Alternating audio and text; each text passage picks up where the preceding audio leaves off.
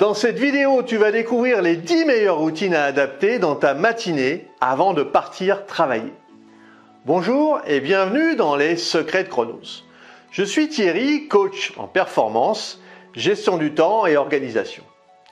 Mais avant ça, laisse-moi te dire que tu peux recevoir toutes les vidéos directement dans ta boîte mail en t'abonnant à la chaîne.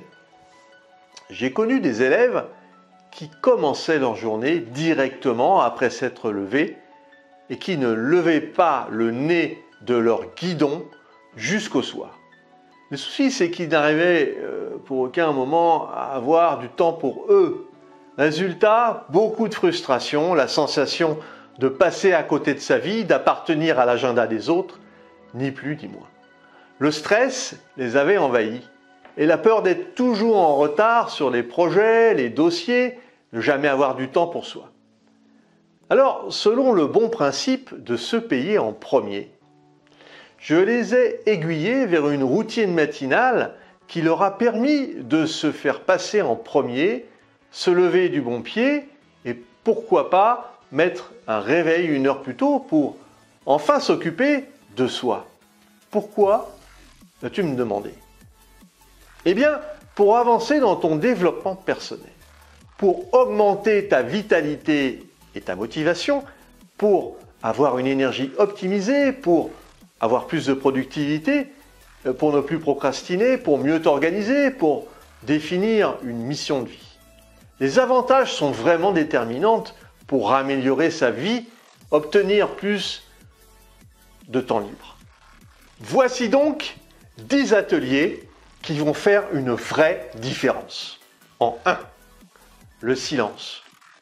As-tu remarqué que nous sommes sollicités en permanence dans un brouhaha global et qui nous empêche d'avoir de la clarté?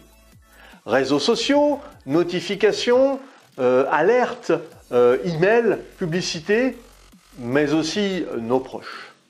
Le silence est une vraie richesse et il peut revêtir l'apparence de la méditation, un moment pour toi, pour te concentrer sur tes aspirations, tes émotions et tes pensées en les accueillant sans pour autant y réfléchir.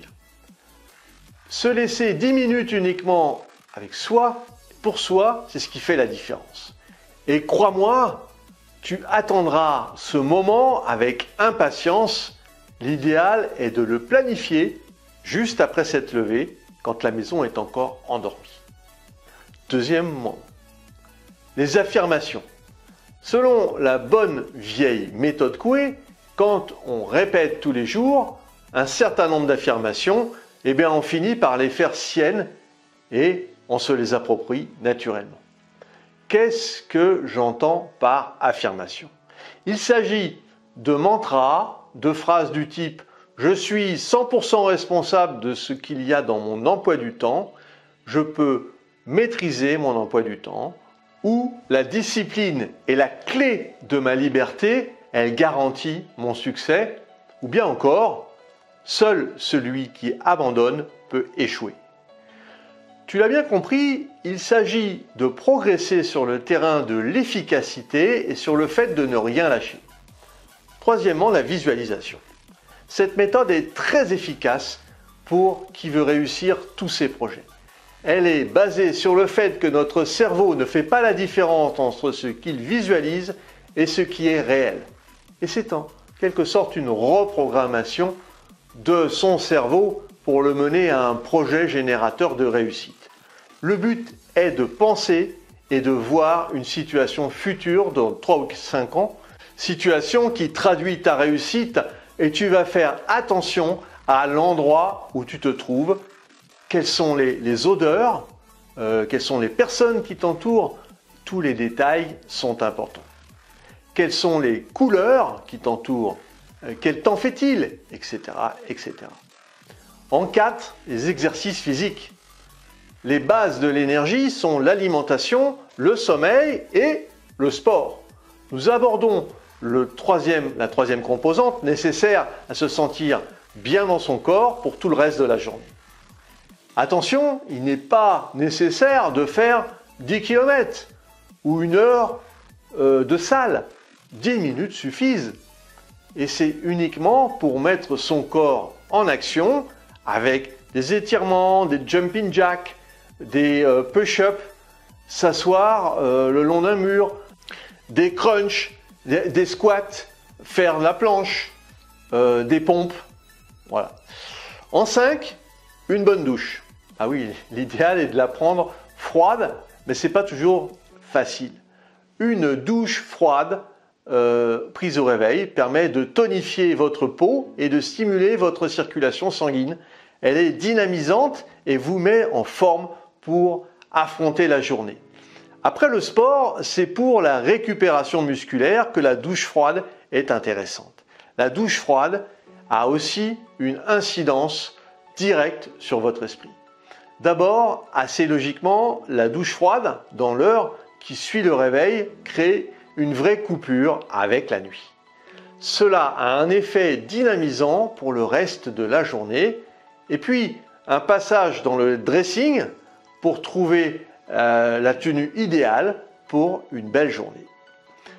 En 6, un bon petit déjeuner. Une bonne alimentation est capitale pour bien démarrer la journée.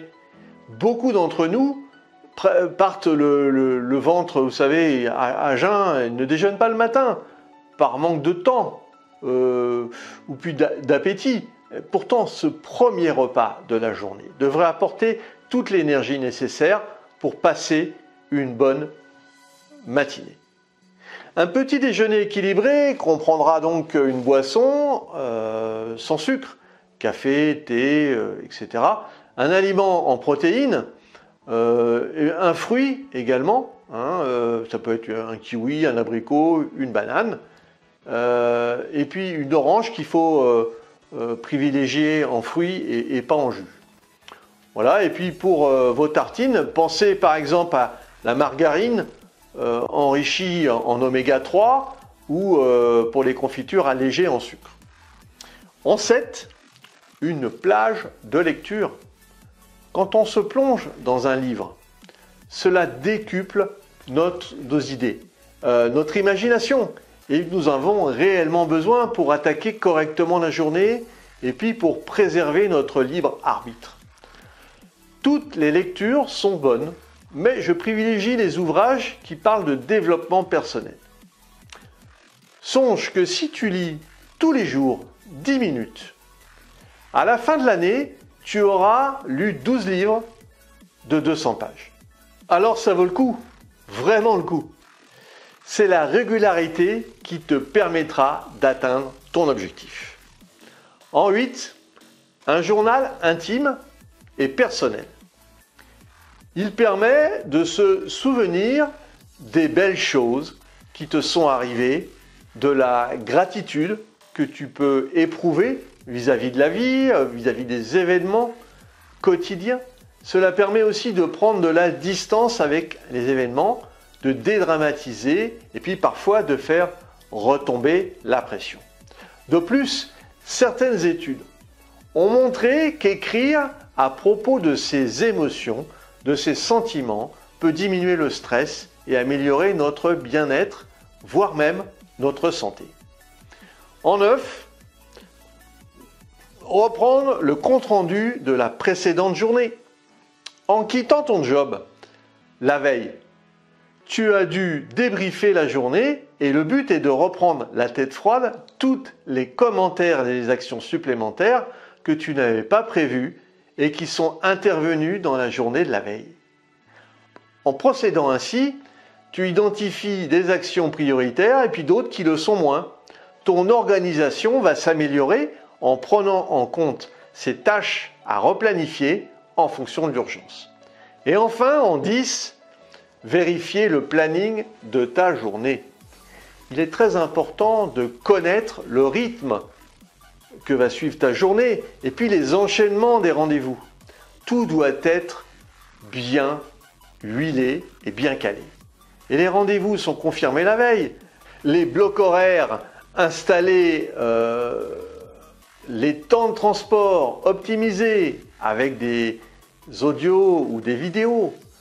L'emploi du temps doit traiter l'urgent et l'important.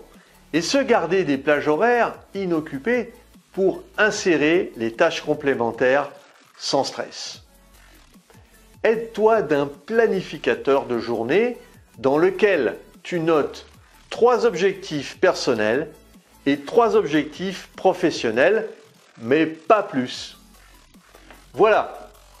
Après ces 10 petites routines qui ne doivent pas excéder 10 à 20 minutes, tu es fin prêt à affronter les autres et puis ta journée pour qu'elle soit mémorable. Si tu as apprécié cette vidéo et tu penses qu'elle pourrait aider d'autres personnes, mets un pouce bleu et partage ce contenu.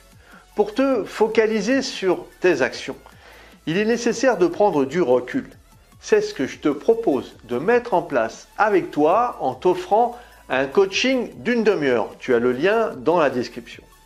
Si tu en as ras-le-bol d'être toujours dans l'urgence, nous pouvons travailler sur ton organisation et ta gestion du temps. Définissons ensemble les prochaines actions à mener. Si tu veux aller plus loin dans la gestion de ton temps, et puis pour te remercier d'avoir suivi cette vidéo, j'ai mis à ta disposition un challenge, un défi de 5 jours pour mieux gérer ton agenda. Et puis retrouve-moi sur le site internet www.lessecretsdechronos.com. À très vite!